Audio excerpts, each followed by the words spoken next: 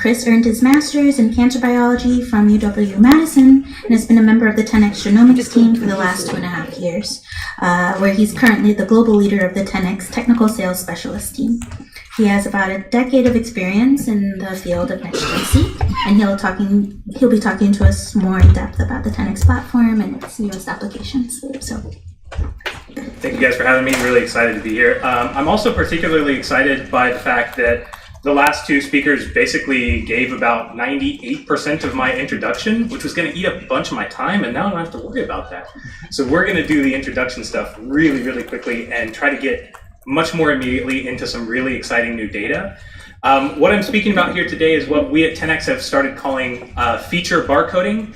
The idea that much like scTECH-Seq or Perturb-Seq, we can use a transcript-like barcoded piece of nucleic acid to label a lot of interesting biologically relevant moieties, be that an antibody, a dextramer, a tetramer, a protein, kind of anything that you can, a guide strand, anything that you can start to think about.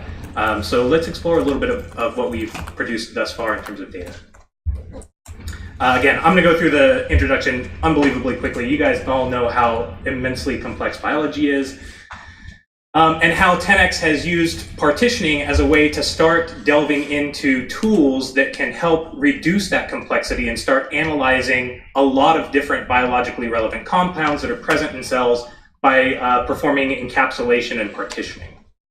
Inside those partitions, the most important thing that we generally do is cDNA synthesis, which links a cell-specific barcode that's delivered by a squishy elastomeric gel bead, one and only one at a time into each partitioned droplet. We've used this basic technology to drive a lot of really interesting applications, from linked-read sequencing of the genome through single-cell gene expression, and in 2017 we introduced the 5' assay, which allows us to couple clonotype information, so that's a de novo assembly of the 5' end of the TCR and BCR transcripts, to full gene expression profiling across all of the transcripts that are present in the cell. And earlier this year, we introduced our first single-cell copy number variation assay, and there's just more to come from here. So throughout the course of the conversation today, mostly what I want to focus on is our 5' VDJ assay, which we also call our immune profiling assay. Essentially, we start with a complex mixture of cells. We partition those cells individually, and then we can make two different library types from each of those partitioned cells. So downstream of cDNA synthesis, we split the pool of cDNA for each cell, and we make two different libraries. The first of which is a gene expression profiling library, which allows us to look at t-SNE plots and understand, based on overall gene expression profile, which type of cells we're analyzing. And then specifically for the T cell and B cell subsets within those populations, we can do de novo assembly of the entire VDJ region that's present uniquely in each individual T cell and B cell across all of those cells. Importantly, we're using no V, D, or J specific primers in this assay, so we're able to completely de novo assemble, with no a priori knowledge, those regions of those transcripts. Essentially, this all says exactly what I just said. Importantly, we're looking at the whole transcript, a profile of the gene expression from all of the cells, coupled directly to the VDJ sequences on a paired basis for each individual T cell and B cell. We've heard a ton about scTECH-Seq and ReapSeq today. You guys understand how this works. And specifically, as was mentioned just a moment ago, the original scTECH-Seq publications were using a polyadenylated tag to function with our 3' gene expression profiling assay. We're particularly excited about the future barcoding technology, largely because it can be used with both the 5' and the 3' assays. And the reason for that is exactly what we just heard a moment ago. We can simply swap out the polyadenylation signal that's at this important hybridization event for the reverse complement of the template switching oligo, and now we have a way to feature barcode the 5' end of the transcripts and have feature barcoding compatible with the 5' assay. Importantly, we've partnered with a couple of different folks, a couple of different third-party companies to produce the reagents that will allow people to bring this technology into their lab in sort of a kitted format. The first of these is BioLegend, who's here today. We're really happy to have them here. And I'm going to focus on their TotalSeq-C reagents, which are going to be a feature barcode enriched antibody set, primarily focusing on antibodies that are known to be important for immune profiling that functions at the 5' end of the assay. I'm also going to present some data today where we're working with a company called Immudex, which produces these dextramer compounds, which are essentially MHCs displaying an epitope that are multimerized so that we can enhance the avidity of those particular compounds and start to look at the particular T-cell MHC complex interactions in a highly multiplexed manner. So very quickly, I want to just really rush through the workflow because we've seen a lot of this information already. You start with a set of cells that you're interested in interrogating. You can utilize our Chromium controller platform and our kitted reagents to produce all of the different library types that I'm going to describe. Our libraries are compatible with sequencing on any Illumina platform. Illumina produces incredibly high quality data, which we really love.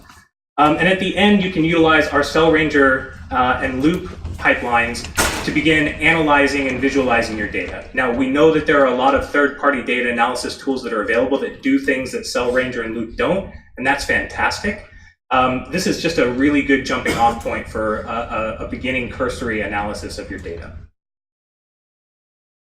So we actually saw something very much like this just a moment ago. This is an overall look of the workflow. Interestingly, we are now at a point where we can look at our feature barcode set based on the supernatant of this last SPRI cleanup, and we can perform our gene expression library construction and our T-cell receptor, B-cell receptor library construction based on the LU8 from that SPRI bead cleanup. So the supernatant goes one direction. This is for feature barcoding.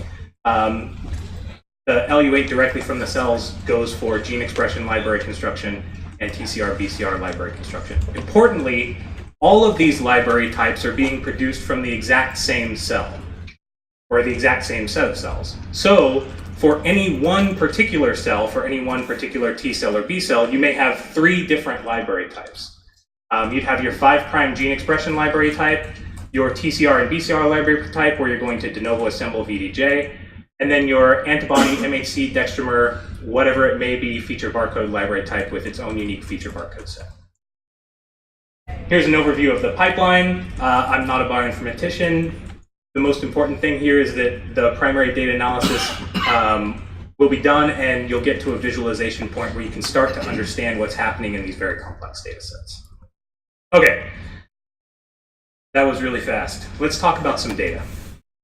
So, one of the initial experiments that we wanted to try to understand how feature barcoding is functioning at the 5' end of the transcripts is to start with 10,000 PBMCs from a healthy donor. We can label those with a panel of 14 different antibodies and 3 isotype controls, all of which we acquired from BioLegend, and then run our overall assay and start to understand what we can see in these particular cell types. We sequence this to about 50,000 reads per cell at about 10,000 reads per feature barcode. So here's just gene expression profiling data, a t-SNE plot of gene expression profiling data. Interestingly, you can see that there are a number of very well-defined clusters. The B cells cluster well, the monocytes cluster well. What doesn't tend to cluster very well are this sort of T-cell cloud, where we get cytotoxic and helper T cells overlapping with one another in a naive and memory state. Similarly, over here, there's not a good differentiation between the different subtypes of T cells that are present in this sample. If we instead look at the antibodies that were stained, these cells were stained with, we start to get significantly better clustering results. So here we can see that the dark green helper T memory cells are differentiable from the light green helper T naive cells. Similarly, we can see in the cytotoxic compartment that we have the naive cytotoxic T cells here differentiated well from the memory cytotoxic T cells here. And then this cluster of double negative T cells, which was basically completely overlapping with the cytotoxic T memory cells in the previous.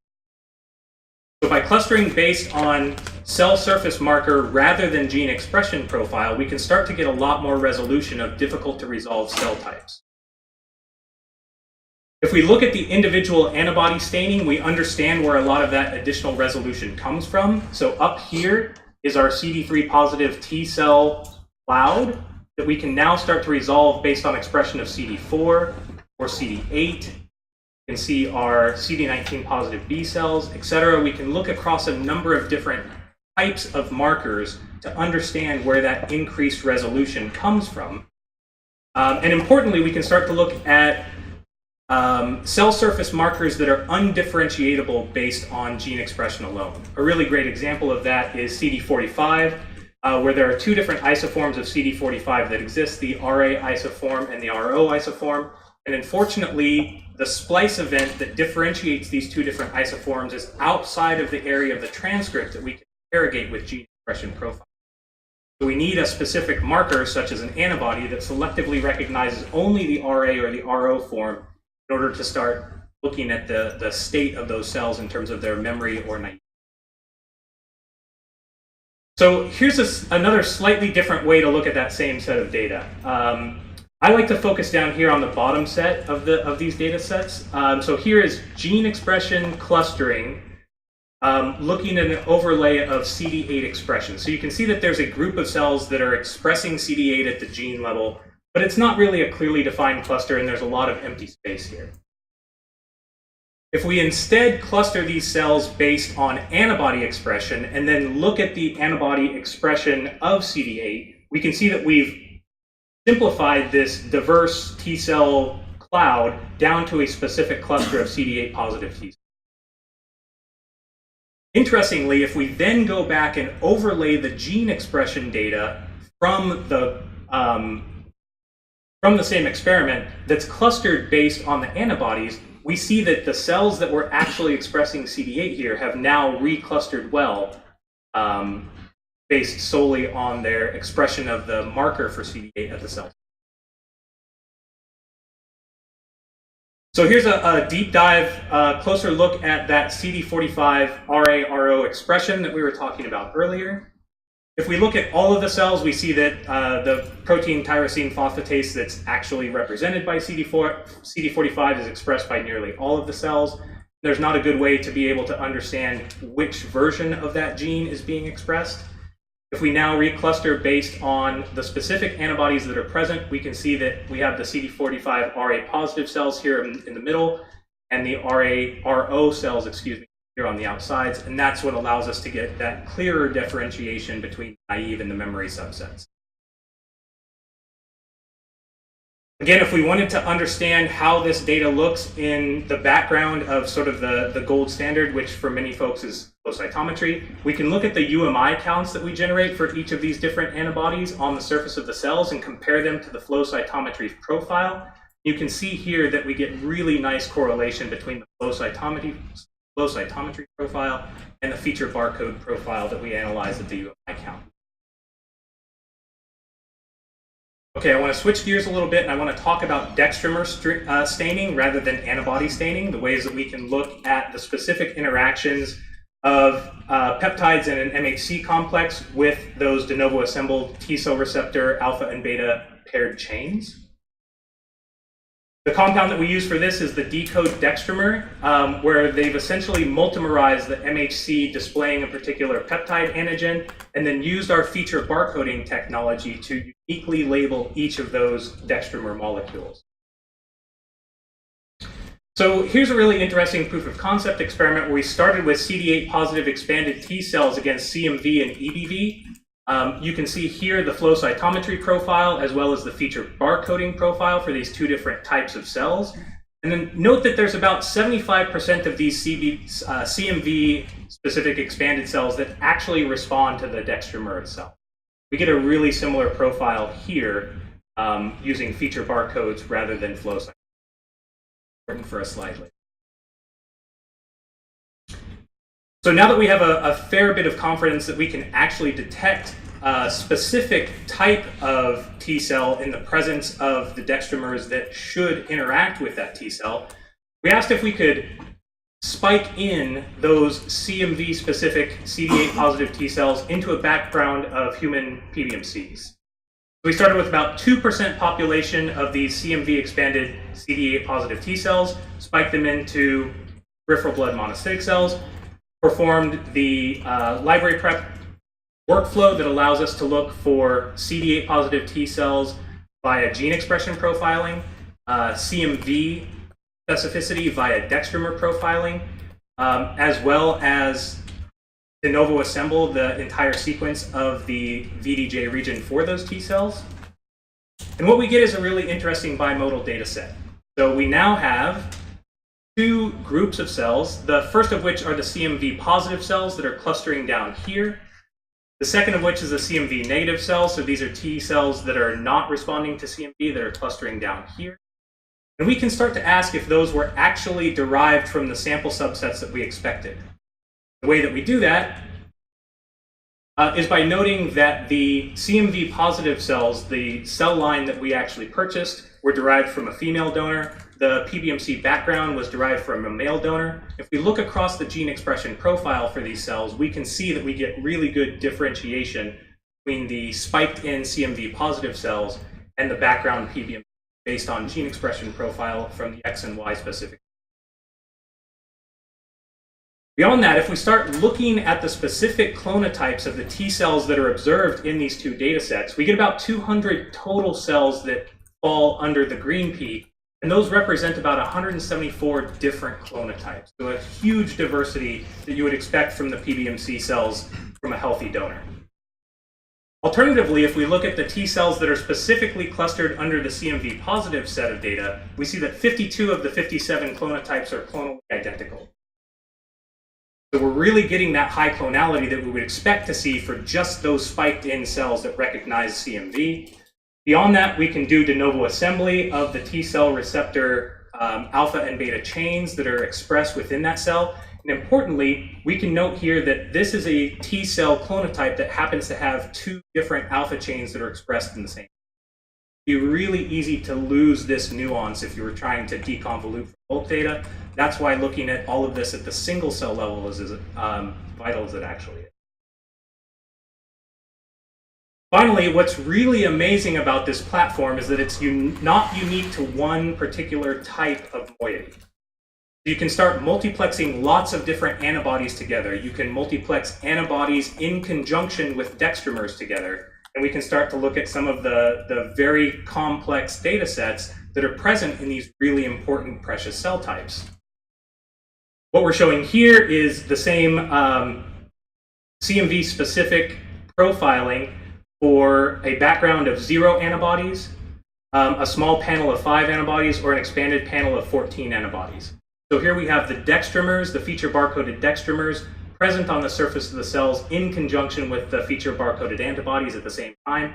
We see that we get very little shift in the overall profiling of these.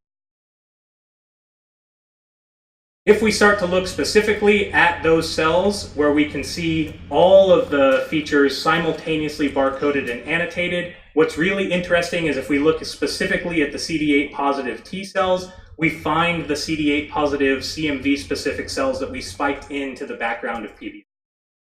We are able to find those cells that we specifically spiked into a very diverse background using the combination of these two different approaches. I know that was a really, really fast run through. I appreciate you guys hanging with me and allowing me to share some of this data. If you have any questions about the data that I presented, I'd love to be able to chat about it. If you have any questions about the other single cell or non-single cell assays that we next, I'd love to chat about those as well. Thanks for the time. I really appreciate it.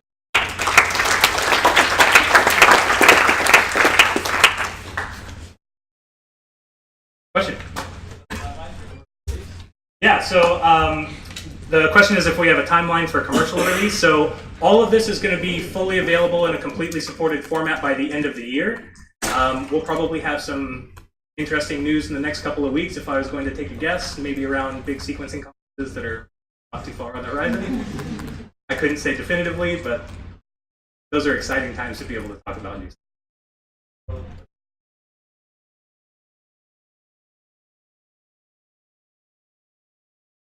So that's a great question for the folks at Immudex. I think that they have a few dozen that they have validated now, and they've actually said that they're interested in developing more if people have specific targets for the dextramers that they would.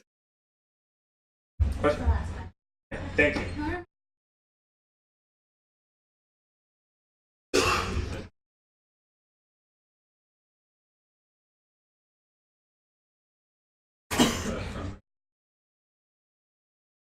Yes, absolutely. It's a great question, and I apologize for having to go through everything so quickly. This is actually a CMV seronegative donor. Thanks, guys. I appreciate it. I'll be around. Let me know if there's anything else you'd like to chat about.